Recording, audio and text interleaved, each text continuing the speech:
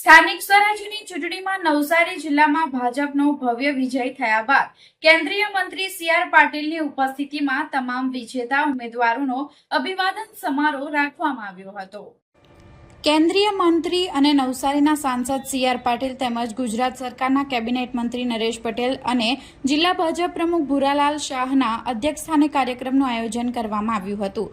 શહેરના લુન્સીકુઈ વિસ્તારથી વિશાળ બાઇક રેલી નીકળી હતી, જે બી.આર. ફાર્મ પહોંચી હતી, જ્યાં નવસારી મહાનગરપાલિકા, ગણદેવી નગરપાલિકા, નવસારી જિલ્લા પંચાયત અને તાલુકા પંચાયતની ચૂંટણીમાં ભાજપના વિજેતા ઉમેદવારોનું અભિવાદન કરવામાં આવ્યું હતું. સી.આર. પાટીલે વિજેતા ઉમેદવારોને શુભેચ્છા પાઠવી હારેલા ઉમેદવારની હાર માટે તેમને જીતાવી ન શક્યા તે માટે પોતાની જવાબદારી ગણાવી માફી માંગી હતી. તેમણે જણાવ્યું કે ચૂંટાયા બાદ લોકોના વચ્ચે જઈને લોકોનું કામ કરવું અને કોઈપણ કાર્યકર્તાઓનો અનાદર ન થાય તેનું ધ્યાન રાખી તમામના સંપર્કમાં રહેવા જણાવ્યું હતું. નરેન્દ્ર મોદી કે અમિત શાહ જેવા નેતા આવીને ભાષણ કરી જાય એના કરતાં કાર્યકર્તાઓની મહેનત વધારે કામ કરતી હોય છે.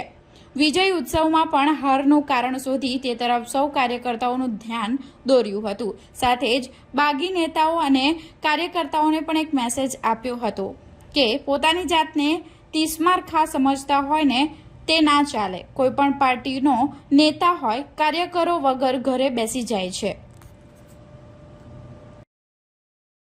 ગુજરાતની લોકલ બોડી ઇલેક્શન હમણાં જ પૂર્ણ થયા.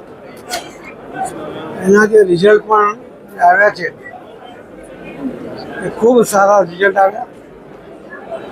એના માટે અમે માનનીય પ્રધાનમંત્રી શ્રી નરેન્દ્ર મોદી સાહેબનું, શ્રી અમિતભાઈ શાહ સાહેબનું, ગુજરાતના મુખ્યમંત્રી શ્રી ભૂપેન્દ્રભાઈ પટેલ, ગુજરાતના નાયબ મુખ્યમંત્રી શ્રી હર્ષભાઈ સંઘવી, ગુજરાત પ્રદેશના પ્રમુખ શ્રી જગદીશભાઈ પંચાલ અને સૌ આગેવાનો અને સૌ કાર્યકર્તા જેના કારણે આ શક્ય બન્યું છે એટલા માટે એમનો સૌનો ખૂબ ખૂબ આભાર વ્યક્ત કરીએ છીએ. નવસારી મહાનગરપાલિકા પણ પહેલીવાર બની, એમાં પણ 52માંથી 50 સીટ નવસારી મહાનગરપાલિકામાં બી જીતી શકાયા છે. અને એ સિવાય પણ નવસારી મહાનગરપાલિકા 238માંથી 213 સીટ એ તાલુકા પંચાયત, જિલ્લા પંચાયત, નગરપાલિકા અને મહાનગરપાલિકામાં જીતી શક્યા છે. લગભગ 25 સીટ એ અલગ અલગ સેક્ટરમાં તાલુકા પંચાયત, જિલ્લા પંચાયત કે નગરપાલિકા અને બે મહાનગરપાલિકા મળીને 25 સીટ અમે ગુમાવી છે. અમે એ સીટોને ભવિષ્યમાં મેળવવા માટેનો પૂરતો પ્રયત્ન કરીશું. અમારી શું ભૂલ રહી ગઈ છે એ શોધીને એ ભૂલોને પણ સુધારવાનો પ્રયત્ન કરીશું. અને જેમણે મત આપીને જે સીટો જીતાડી છે એ વિસ્તારના કાર્યકર્તા પણ એમના વિસ્તારની માવજત કરશે, એની ચિંતા કરશે અને એમના વિકાસ માટે પણ પૂરતો પ્રયત્ન કરશે.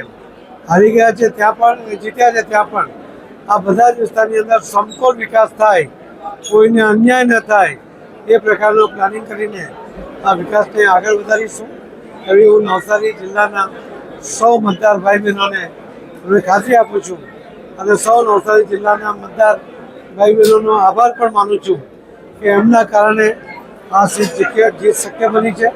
માનનીય પ્રધાનમંત્રી શ્રી મોદી સાહેબ પ્રત્યે વિશ્વાસ અને શ્રી અમિતભાઈ શાહ સાહેબનું માર્ગદર્શન એના કારણે આ જીત શક્ય બની. એ તમે સૌ મતદાતા ભાઈ બહેનોએ એમના પર ભરોસો કર્યો છે, એના માટે એમનો ફરીથી ખૂબ ખૂબ ધન્યવાદ આપું છું. કાર્યકર્તાઓને પણ આવા ભવ્ય વિજય માટે મહેનત કરવા માટે હું એમને અભિનંદન તો આપું જ છું, એમનો આભાર પણ વ્યક્ત કરું છું.